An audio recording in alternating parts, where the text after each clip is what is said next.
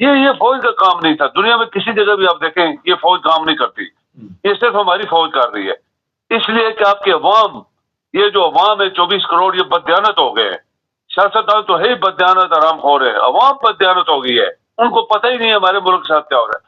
تو یہ جو باہر کے جو تاثرات ابھی شروع ہو گئے کہ پاکستان میں بددیانت کی عادت ہے, بددیانت آرم فورسز کے جو مشن تھا اس سے وہ ہٹ گئے, وہ پیچھے ہو گئے.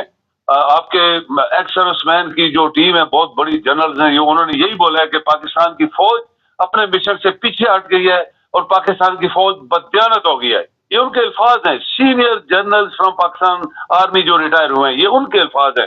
پاکستانی فوج ملک کے لیے کام کرتی تھی, اور یہ نا حرام خوروں کو, یہ جو حرام خور ہیں ہمارے لوریے یا زرداری جیسا کرپٹ ترین آدمی جس کو پھانسی لگ جانی چاہیے تھی, اور میرا آج بھی یہ ویژن ہے کہ ان لوگوں کو پھانسی لگنی چاہیے جنہوں نے ملک کو لوٹا ہوا ہے, اور اس میں لوری ہیں, یہ زرداری ہے, اور یہ MKM والے, یہ سارے حرام خور لوگ ہیں.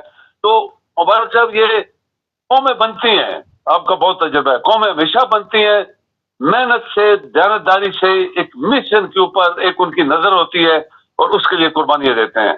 ہمارے ملک میں یہ بدبختی سے ایک بھی ان میں سے ایک چیز بھی آج تک نہیں آئی ہمارے پاس.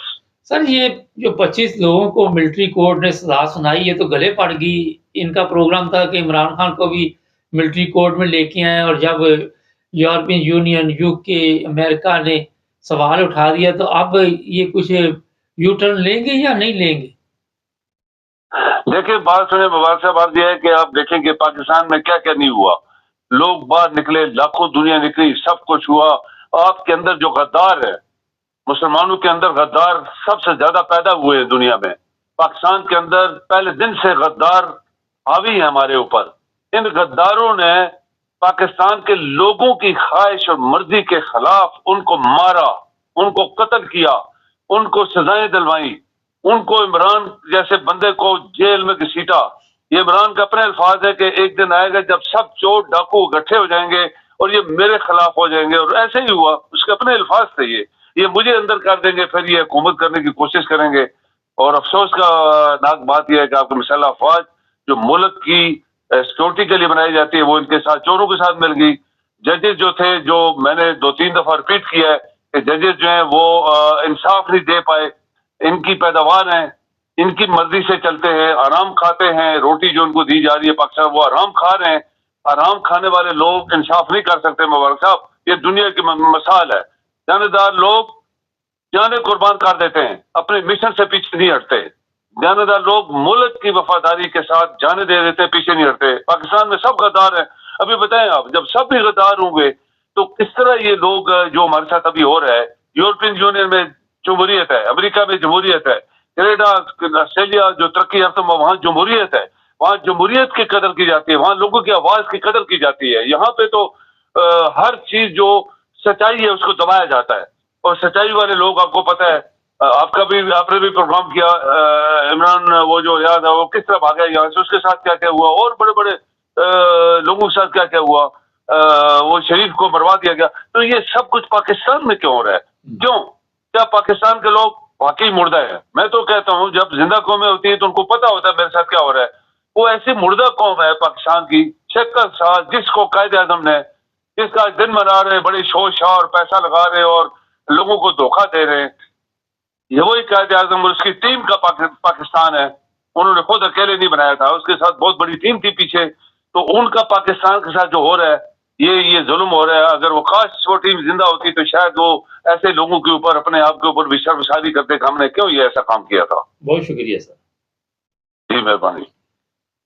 امریکہ کی ضد بن گئی ہے جی, اور یہ ہمارے پاس اطلاع ہے کہ عوام میں کھلبلی مچی ہوئی ہے وہاں پہ, اور خوف ہے اس وقت.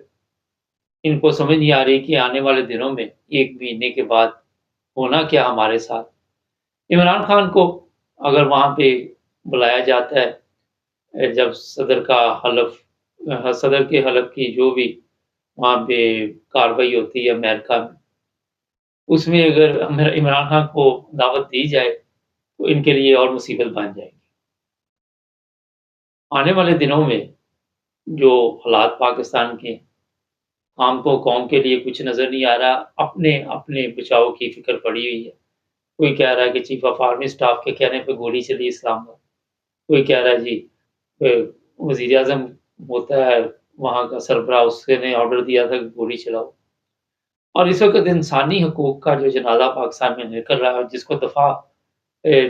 جس کے دفاع میں اس وقت سوشل میڈیا پہ چند لوگ بٹھائے گئے ہیں، ان کو نہ تمیز ہے بولنے کی، نہ تہذیب ہے، گندی گالیاں نکالتے ہیں اگر کوئی بندہ سوال کرے، اور نفرت کہ وہ تمام معیار جو آج تک آپ نے نہیں دیکھے ہوں گے، وہ باقاعدہ طور پر اس وقت لوگوں کے دلوں میں بھی اتنی نفرت ہو چکی ہے کہ جس کا کوئی اندازہ نہیں لگا سکتا۔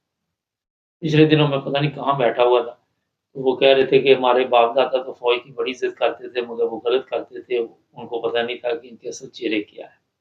پوری فوج تو بری نہیں ہے، وہ مزدور لوگ ہیں، ان کو جدھر لگا، جس طرح عوام بیچاری جس طرف دھکیل دیتے اس طرح چل پڑتی ہے۔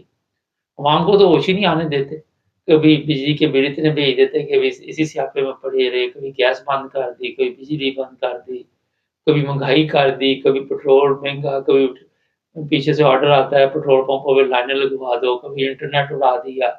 یہ سب سیاسی باتیں ہیں۔